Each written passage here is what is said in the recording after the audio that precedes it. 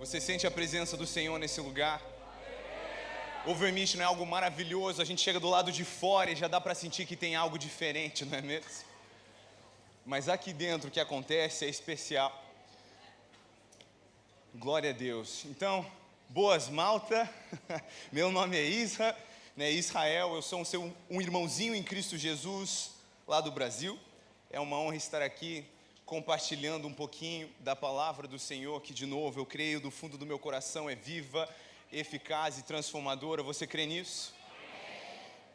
E eu queria conversar um pouquinho sobre um tema especial. Eu creio que nesse tempo o Senhor está despertando os trabalhadores do reino, despertando pessoas tão famintas, tão apaixonadas e consumidas pelo Evangelho do Reino de Cristo Jesus, que eles não conseguem ficar calados acerca do que viram e ouviram, amém?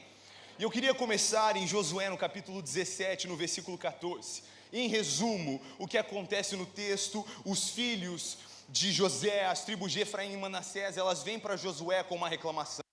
E elas dizem: ei Josué, nós somos a tribo mais numerosa, somos o povo mais numeroso, e a terra que a gente recebeu por herança não dá para nós. Em outras palavras, a terra não está boa. E Josué, ele vira para os filhos de José, e a reação dele é muito boa. Ele vira para ele e diz o seguinte: ué, olha para a pessoa que está do seu lado e diz para ela: ué. Olha para a pessoa do outro lado e diz: ué. José olha confuso para as tribos de Efraim e Manassés, e ele escuta essa queixa deles. Eles dizem: não, essa terra não dá para a gente não tem espaço suficiente. Quando José ouve isso, ele diz: como assim? Vocês têm de tal fronteira a tal fronteira, como vocês não têm espaço suficiente? O espaço é pleno. Eles dizem: não, é que tem um monte de árvores no canto tal, e na outra fronteira a gente tem vizinhos, os cananeus com carros de ferro. Não dá certo. E é nesse momento que José olha para eles e diz: ué, vocês não são o povo mais numeroso? Então tomem as machadinhas, tomem as ferramentas e façam clareira no bosque, abram o caminho, cortem as árvores. Essa terra é a terra de vocês e ela é responsabilidade de vocês. E amados, eu acho que muitas vezes nós nos comportamos de maneira semelhante com o Senhor. Estamos pedindo e trazendo ao Senhor os problemas da terra, pedindo por uma solução, enquanto o Senhor olha para a gente e diz: ué, essa não é a terra de vocês? Então tomem as ferramentas, abram o caminho, façam bom uso da terra. A sua terra é a sua responsabilidade. O Salmo 115 diz que os mais altos céus pertencem ao Senhor, mas a terra Ele deu aos filhos dos homens. Em outras palavras, muitas vezes a gente está querendo se queixar e pedir para o Senhor a solução, enquanto na verdade a solução que Ele pensou para esse problema é você. E nós estamos dizendo: Senhor, não dá certo, olha a quantidade de corrupção, de imoralidade nessa terra, algo precisa ser feito. E o Senhor está tipo: prazer, algo.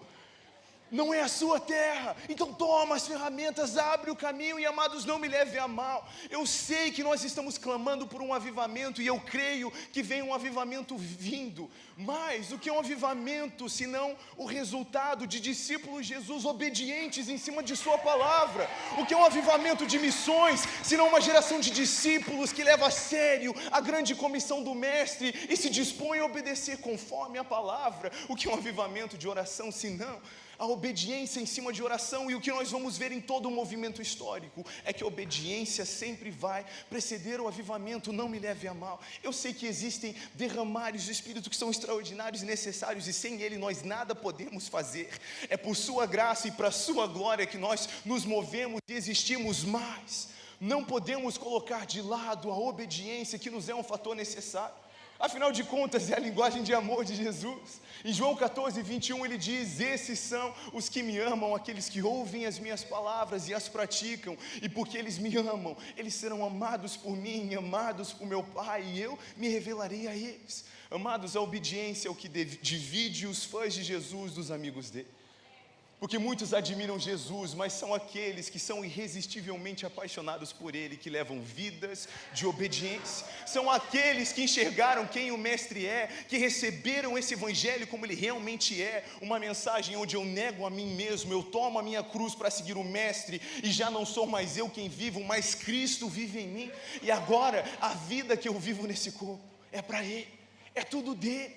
Então, amados, nós precisamos entender que sim, devemos clamar por chuva, mas onde estão os trabalhadores que vão vir de encontro com a chuva? Onde estão os trabalhadores que já estão vendo a chuva que vem e preparando o caminho na terra? Não foi essa a queixa do nosso Senhor? Se não me engano, em Lucas, no capítulo 10, no versículo 2, ele diz: grande é a seara, mas poucos os trabalhadores. Rogai, pois, ao Senhor da seara que envie trabalhadores. E essa é a pergunta que eu tenho para você hoje: onde estão os trabalhadores?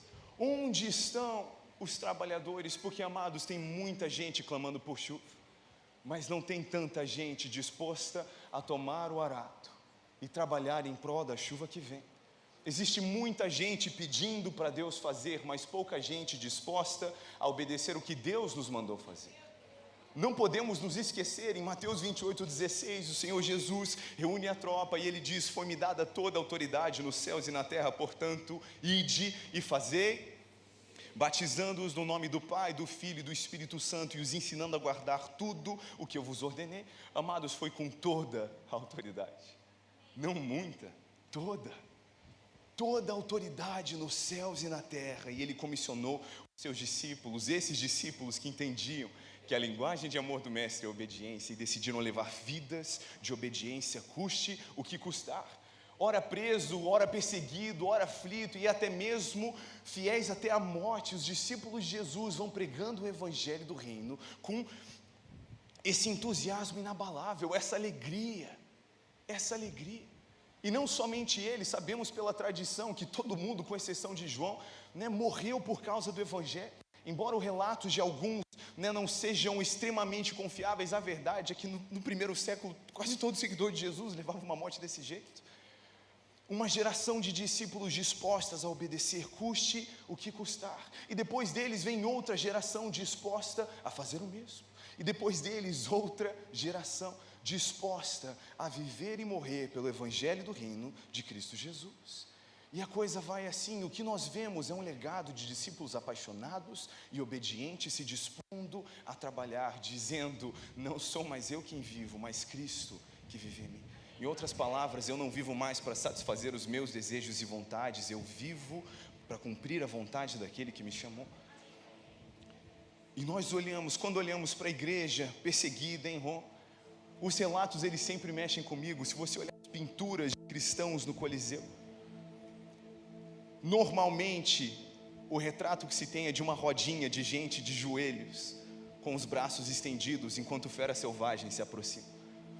Dizem os relatos que esses cantavam canções de louvor e alegria, até mesmo na face da morte.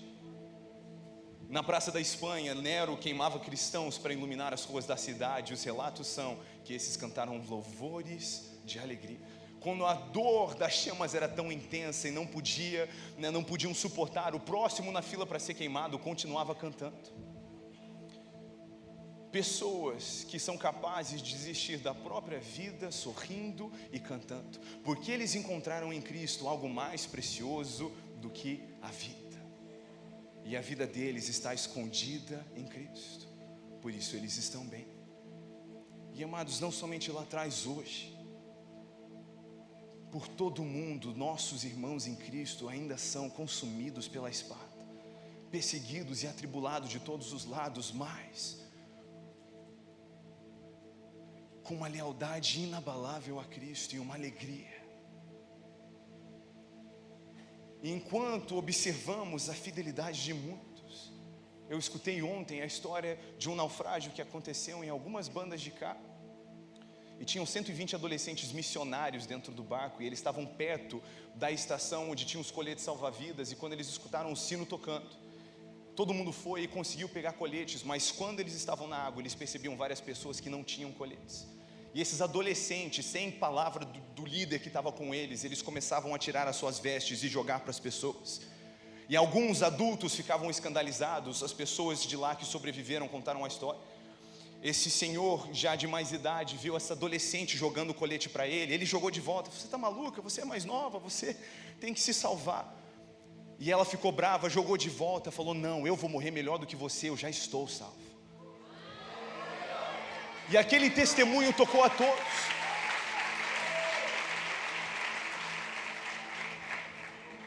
Os 120 partiram, mas eles salvaram muitos ali e os constrangeram, com uma convicção de entregar a vida sorrindo. E amados, o ponto é como é que de um lado nós vemos discípulos de Jesus que são capazes de desistir da vida sorrindo, discípulos de Jesus que são capazes de morrer com um sorriso no rosto, e do outro lado, muitas vezes nos deparamos com discípulos de Jesus que ainda não encontraram a alegria de viver por Ele. Eu vejo por onde vou pessoas que se dizem discípulos de Jesus, mas a caminhada com Cristo é tão cheia de dificuldades e motivo para desanimar. Não parece muito a imagem de alguém que encontrou um tesouro num campo e vai alegremente, vende tudo que tem, porque nada, absolutamente nada se iguala ao privilégio de conhecer a Cristo. Então, como um encontrou a alegria de morrer por Cristo, enquanto o outro não encontrou a alegria de viver por Ele. Amados, o nosso mestre nos advertiu com severidade: ai daqueles que me chamam de Senhor, Senhor, mas não fazem o que eu digo. Os discípulos de Jesus fazem o que Ele diz, esses são os seus discípulos. Uma vez Ele contou uma parábola dizendo: aquele que ouve as minhas palavras e as pratica é como aquele que construiu casa sobre a rocha, e vindo as águas, vindo a enchente, ela não será derrubada. Aquele que ouve as minhas palavras e não as pratica é como a casa construída sobre a areia, e quando a enchente vem, ela é facilmente derrubada. Amados, nós não podemos atribuir a fragilidade da nossa fé a outra coisa senão a nossa falta de obediência ao nosso Senhor Jesus. Porque muitos de nós chamamos Jesus de Senhor, mas ainda não entregamos as nossas vidas a Ele. Ainda escolhemos muito bem onde vamos, o que faremos, como fazemos, sem dar ouvidos ao que o Mestre já disse, nos esquecendo que agora tomamos uma cruz para seguir. Porque, amados, eu ainda preciso conhecer alguém que desistiu da vida por Cristo e não tem um sorriso enorme no rosto. Uma doce ironia, onde aqueles que desistem da vida a encontram.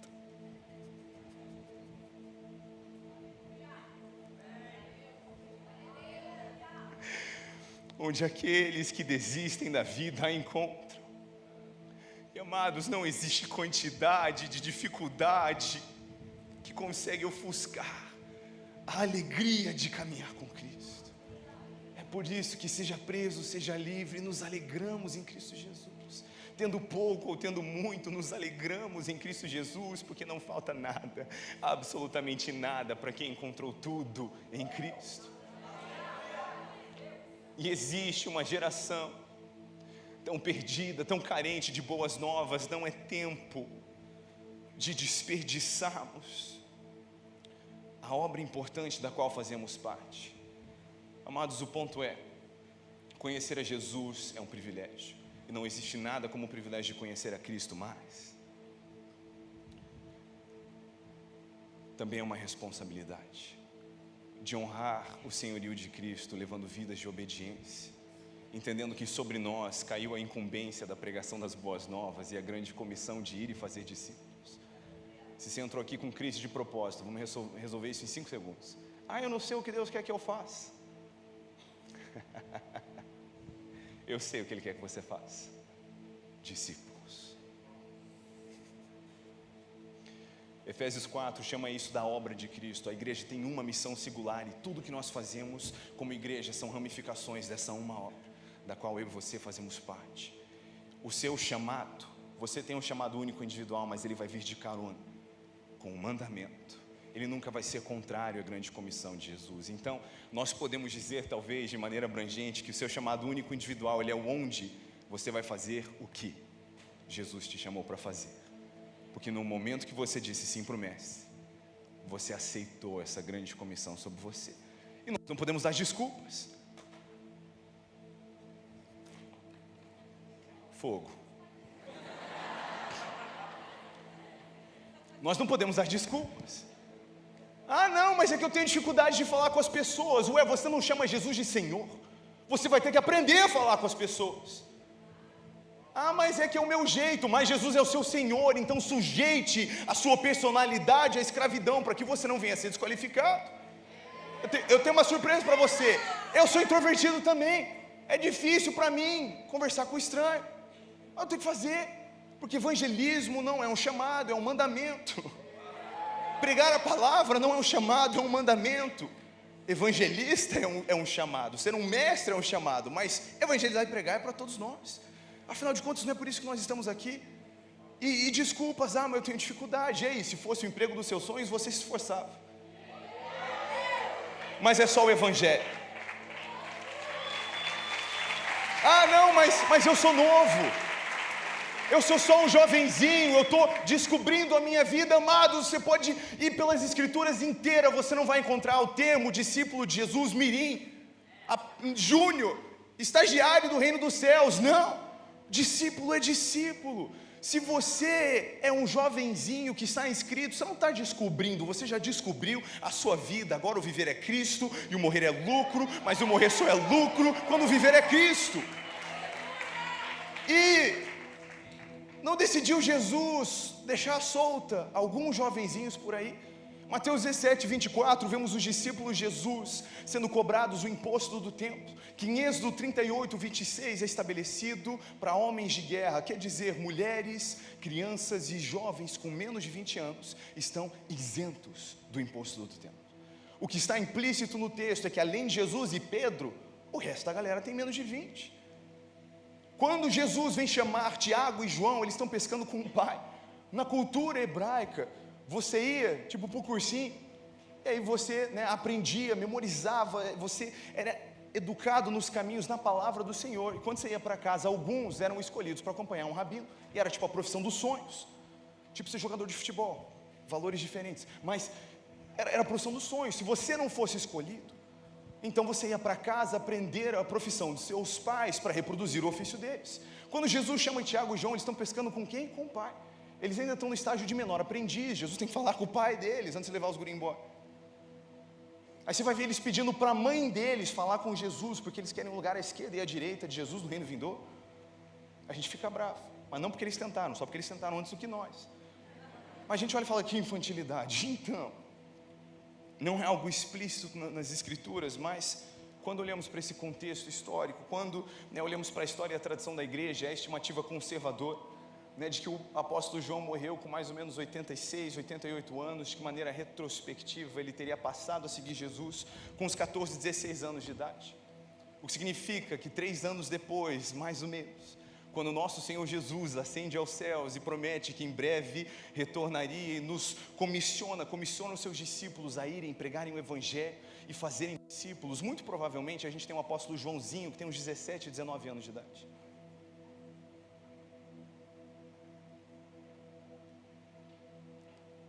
Você consegue imaginar um jovem de 17, 19 anos por ali? Alguém aqui tem 17, 19 anos?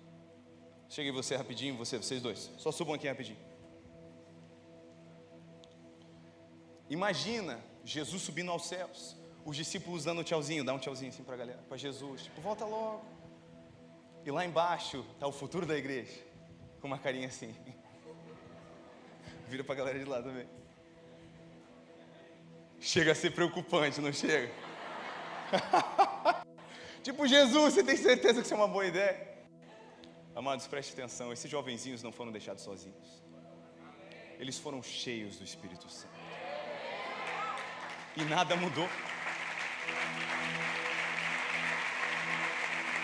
Jesus continua confiando o futuro da sua igreja na mão dos jovenzinhos. Valeu, galera, vocês podem sentar. Então, não vamos dar desculpa, é que eu sou novo. Inês de Roma, no dia 21 de janeiro, no ano 304, foi convocada para prestar sacrifício a Minerva, aleatoriamente. Ela disse não porque seguia Jesus. Ela foi avisada que sua sentença seria então a morte, porque afinal de contas isso era contra a lei. O filho do prefeito de Roma tinha uma quedinha na Inês, era muito amigo dela, falou, Inês, não joga a sua vida fora por causa de Jesus. Eu peço a sua mão em casamento. A nobreza da minha família vai cobrir a sua ofensa. A resposta da Inês, de 12 aninhos, foi, mas eu já tenho um noivo.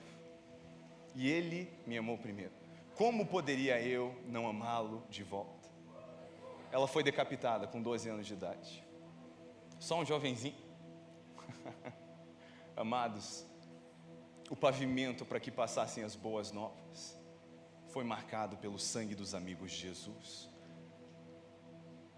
jovens, crianças, idosos, discípulos compromissados a tomarem o arado e levar vidas de obediência ao nosso Senhor. E você está aqui porque alguém pregou para você, não é mesmo? E alguém pregou para a pessoa, que pregou para a pessoa, que pregou para você. E alguém pregou para a pessoa, que pregou para a pessoa, que pregou para a pessoa, que pregou para você. E alguém pregou para... Estou brincando. Você pega a ideia, que nem uma bola de neve. E talvez isso volta com o histórico de longe. Talvez porque um dia uma família chamou outra para o churrasquinho. E no meio do churrasquinho compartilharam boas novas. Talvez porque um dia um universitário chamou outro para tomar um café. Talvez porque anos antes disso, pelo menos olhando para a minha própria vida e trajetória, isso volta para um fazendeiro deixando para trás tudo que ele tinha nos Estados Unidos, enfiando os filhos dele num navio e indo para as comunidades ribeirinhas no Brasil para pregar o Evangelho. Talvez porque anos mais cedo uma família deixou para trás a Inglaterra e foi desbravar um novo mundo. E chegaram querendo ser bons vizinhos com tota de maçã quentinha e boas novas ainda mais quentinhas. Talvez porque anos antes disso um jovenzinho estava tendo o pior dia da vida dele lá na Inglaterra. A namoradinha dele terminou com ele, ele foi demitido do emprego dele. Aí ele estava num bar afogando as mágoas no álcool, só que nem lá dentro ele ficou em paz. Apareceu um outro cabeludinho com a Bíblia debaixo do braço, chamado John Wesley. E ele disse: meu jovem, você parece miserável, você precisa ouvir as boas novas do que Cristo fez por você. Talvez porque anos mais cedo Wesley estava num navio prestes a afundar, indo para Geórgia, e tinha uma galera cantando canções de alegria a Cristo Jesus. E ele chegou nesse pessoal e falou: oh, vocês não têm medo de morrer? Eles disseram: não, para nós o viver é Cristo e o morrer é lucro. Talvez eles cantavam desse jeito, com tanta convicção, porque anos mais cedo um conde alemão e ministro luterano chamado Zinzendorf decidiu receber refugiados da Morávia em suas terras. Deu para eles o que comer, onde ficar, e pessoalmente gastou horas os ensinando acerca do Evangelho do Reino de Cristo Jesus. Ele viu as crianças moravianas serem cheias do Espírito Santo. Talvez porque anos mais cedo se mudou para a Inglaterra. Onde que eu estava? Eu estava em Zinzendorf, a gente estava na Alemanha. Talvez porque anos mais cedo, lá na Alemanha, uma jovem amante da literatura, que não conseguia parar de ler, ela vai e bate na porta da casa da amiga dela e diz: amiga, eu estou trêmula e desnorteada, eu estou com material recém-impresso, recém-traduzido para o alemão, e nós precisamos conversar sobre esse conteúdo. Tem umas ideias rolando por aí, elas fazem muito sentido quando você lê o livro todo, vamos conversar. Talvez porque anos mais cedo se mudou para a Alemanha da Itália, uma família que por muitos anos foram cristãos dedicados ao Senhor. Talvez porque anos mais cedo pregava para cima e para baixo nessa tal de Itália, um tal de Paulo de Tarso, que eu não sei se você já ouviu falar, que anos mais cedo segurava casacos de fariseus que apedrejavam pregadores do Evangelho como Estevão, que com a sua própria vida clamavam ao Senhor por compaixão de seus conterrâneos, que anos mais cedo estava talvez ali curioso naquele alvoroço nas ruas de Jerusalém, porque os enfermos são curados, onde o Evangelho do Reino é anunciado por homens como Pedro e João, que anos mais cedo, aos pés do próprio Cristo, ouviram as boas novas do Evangelho do Reino. Amados, a gente não está aqui fazendo uma coisa nova, isso aqui não é uma nova ideia, isso aqui não é um novo movimento. Amados, eu e você não estamos aqui num novo clubinho, nós estamos aqui para arder a velha chama que Cristo acendeu sobre os seus discípulos, e geração após geração é transmitida com ousadia, com amor e com compromisso. Então, amados, esse é o grito do meu coração hoje para você. Onde estão os trabalhadores? Onde estão aqueles que vão vir ao encontro da chuva com o arado na mão para nunca mais olhar para trás? Onde estão aqueles dispostos a abrir o caminho, a abrir clareira no bosque, a lutar contra o regimento que tenta barrar as boas novas se espalhando? Onde estão os trabalhadores? Eu queria te convidar a ficar de pé. Eu acho que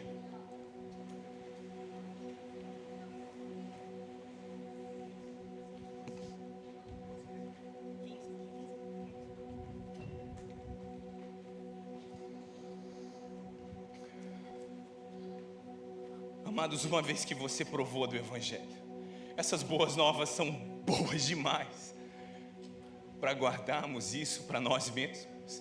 E a verdade é que nós estamos aqui como mais uma geração, como uma preciosa ponte que une a geração que veio antes de nós, a próxima que virá depois, num legado de obediência ao nosso Senhor e Salvador, Cristo Jesus.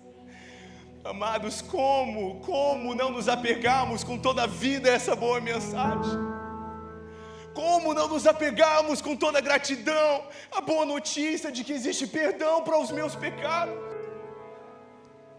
Quando eu olho para a minha própria vida, minha jornada, eu entro em desespero.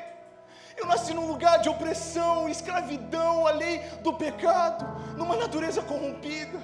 E eu transgredi em tantos lugares a vontade e a lei do Senhor. E eu não poderia fazer nada para me garantir diante de Deus. Parte de uma raça caída.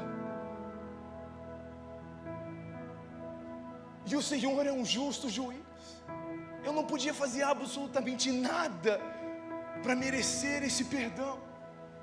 Um justo juiz, ele não varre a sujeira para debaixo do tapete. Um justo juiz não garante perdão a uma dívida sem que ela seja quitada, senão o sistema está em fraude.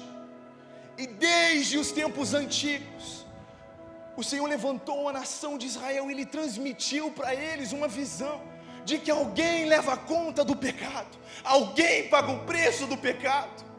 E você poderia vir diante do Senhor e se arrepender, estar com o coração constrangido, mas muitas vezes você ia ter que embarcar numa jornada de apresentar um sacrifício de expiação diante do Senhor. E talvez você morava 3 meses de viagem de Jerusalém, e você tem que, depois de se arrepender e chorar e orar ao Senhor, você tem que ir atrás de um cordeirinho recém-nascido, perfeito, e nenhum judeu sensato escolheria um cordeiro menos que perfeito para um sacrifício. E aí você ia ter que passar um tempo criando aquele animal, para quando ele tivesse 9 meses de idade, começar uma jornada para Jerusalém.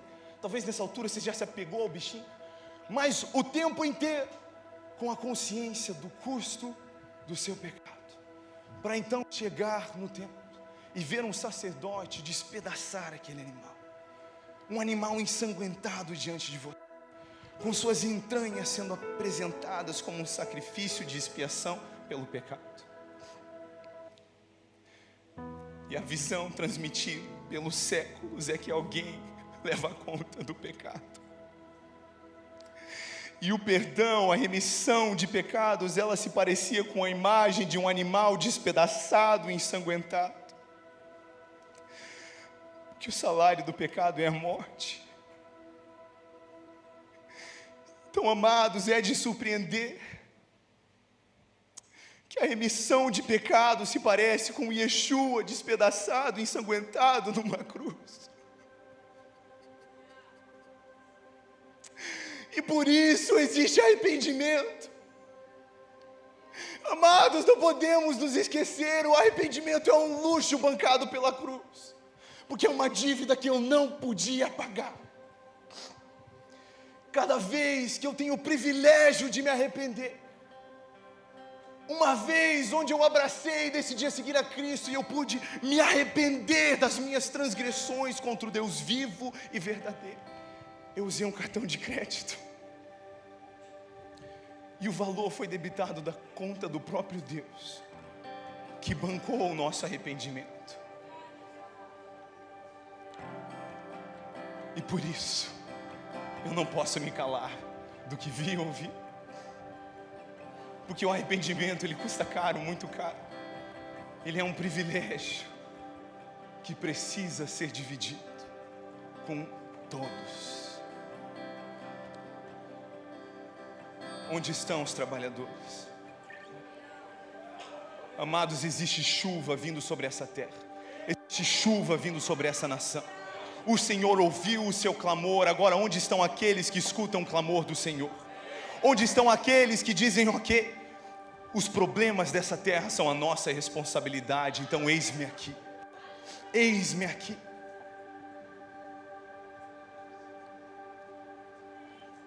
Onde estão os trabalhadores?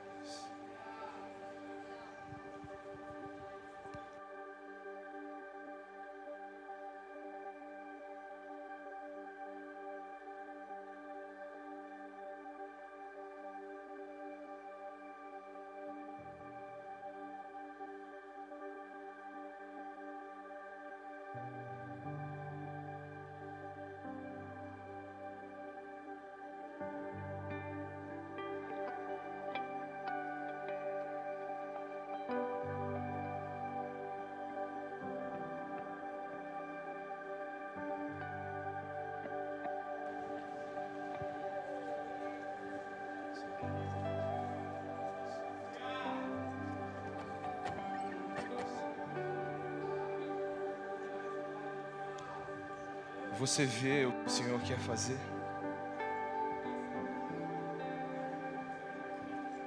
Você vê a nuvem que se forma no horizonte?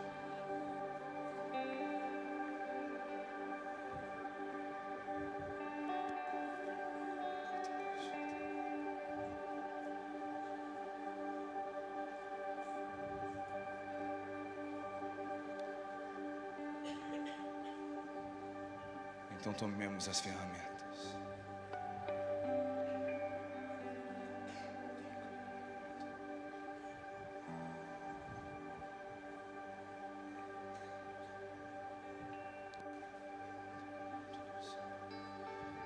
Eu vejo um tempo vindo sobre essa nação. Um tempo que vai chamar a atenção do mundo. Porque o Evangelho do Reino é anunciado por toda parte. Não por grandes pregadores e pregadoras, mas por uma legião. Um exército de discípulos de Jesus compromissados, que de cada canto anunciam as boas novas. Eu vejo centenas e centenas de jovens se batizando, até em ambientes públicos. Pessoas que trazem as cicatrizes de uma vida de escravidão debaixo do pecado, mas não mais.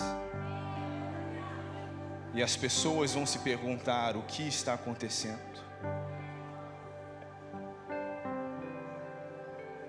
Então esse é o tempo de vir ao encontro da chuva. Senhor Jesus, eis-nos aqui.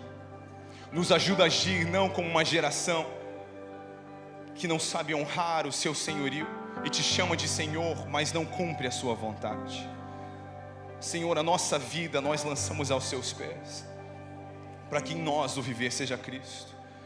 Que nos tornemos discípulos obedientes, fazendo outros discípulos e pregando as boas novas por onde fomos. Acende um fogo em nosso coração que não pode ser contido, e que as boas novas da redenção não parem em nós. Converse com o Senhor, clame Ele nesse momento. O recado que eu tinha para dar já foi. Agora quem vivifica essa simples sementinha é o Espírito Santo. Converse com Ele. Eu venho aqui como um irmãozinho em Cristo Jesus, mas quem quer falar com você hoje é o Espírito Santo de Deus. Então nesse momento converse com Ele, mas não deixe de avaliar o seu coração e o seu compromisso com o senhorio de Cristo.